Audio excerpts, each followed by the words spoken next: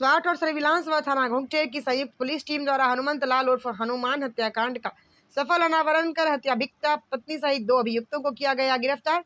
कब्जे व निशानदेही से आला कत्ल 1 अदद सरिया मोबाइल व घटना में प्रयुक्त 1 अदद ई रिक्शा बरामद।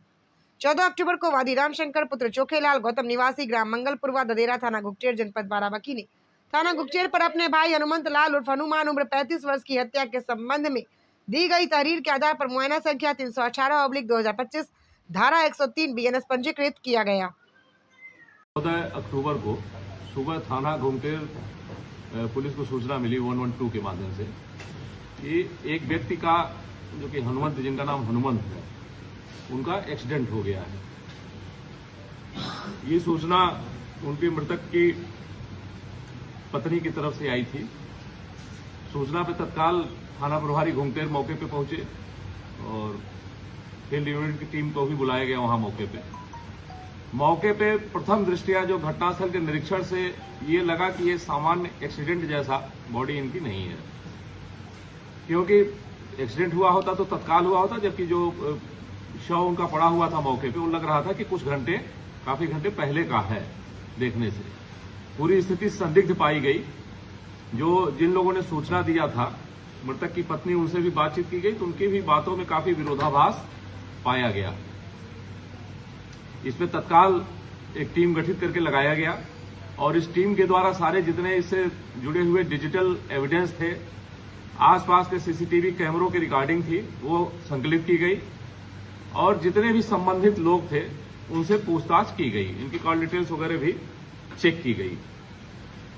इसके आधार पर जो घटनाक्रम निकल करके आया वो काफी गंभीर था। इसमें ये जानकारी हो पाई कि मृतक की पत्नी से उसका संबंध ठीक नहीं था। जो पूछताछ से जो चीजें निकल के आई, घर परिवार के लोगों ने बताया कि मृतक की पत्नी का संबंध कहीं अन्य भी कुछ स्थानों पे था। इस बात को लेकर के मृतक और उनकी पत्नी के मध्य हमेशा विवाद होता रहता था और इसी के बाद इनकी पत्नी के द्वारा इनको अपने रास्ते से हटाने की, इनकी हत्या करने की योजना बनाई गई। इस क्रम में इनका एक संबंध कमलेश नाम के एक ई रिक्शा चालक से हुआ, जो कि मूल रूप से फतेहपुर का रहने वाला था, थाना फतेहपुर क्षेत्र का, लेकिन लखनऊ में अटरान चौकी के पास वो रह रहा था। ई रिक्शा उसके पास था, ई रिक्शा ड्राइवर था। इससे विगत कुछ दिनों से इनका संबंध हुआ था और इन दोनों लोगों ने मिल करके इसके मृतक को, जो कि इनका पति था, उसको रास्ते से हटाने की योजना बनाई। कल ये लोग लखनऊ गए हुए थे और लखनऊ से वापस देवा होते हुए लौट रहे थे। रास्ते में देवा के पास इसने कहा कि मुझे मोटरसाइकिल से आना था इनको, लेकिन बताई कि मुझे ठंडी लग रही है और मैं ऑटो रिक्शा वहां पे था, ई रिक्शा था, ई रिक्शा से अब जाने के लिए बताया।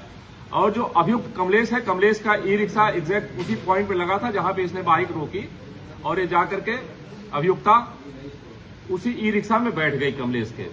वहां से ये उसके ई रिक्शा से चल करके अपने गांव के समीप तक पहुंचे। गांव के पहले का जो एरिया था, मुख्य मार्ग से कट करके इनके गांव पे जो सड़क जाती थी, जो मृतक की पत्नी थी वो ई रिक्शा पे अपने बच्चों के साथ थी और मृतक अपनी मोटरसाइकिल से जा रहे थे।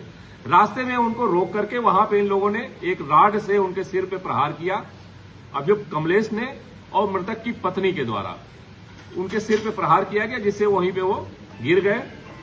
पूरे घटनाक्रम को हत्या करने के बाद इसको दुर्घटना का स्वरूप देने का इनके द्वारा प्रयत्न किया गया और उसके बाद हत्या करने के बाद रात में वापस ये फिर लखनऊ चली गई उसी ई रिक्शा चालक के साथ और वहां से कुछ घंटे के बाद सुबह पुनः घटनास्थल पर आकर के इनके द्वारा एक्सीडेंट की सूचना दी गई और पुलिस को गुमराह करने का प्रयास किया गया। इस घटना में समुचित साक्ष्यों के आधार पर सारे जितने डिजिटल एविडेंस है, 2 लोगों की गिरफ्तारी की गई है। जो मृतक थे उनके भाई के द्वारा ये इस घटना में एफआईआर पंजीकृत कराई गई, जिसमें मृतक की पत्नी को और उनके जानने वाले जो उनके मित्र थे कमलेश, उनको नामजद कराया गया और घटना में पूरे सभी साक्ष्य संकलित हो जाने के पश्चात मृतक की पत्नी को और ई रिक्शा चालक कमलेश, जो कि उनका परिचित था, दोनों की गिरफ्तारी कर ली गई है।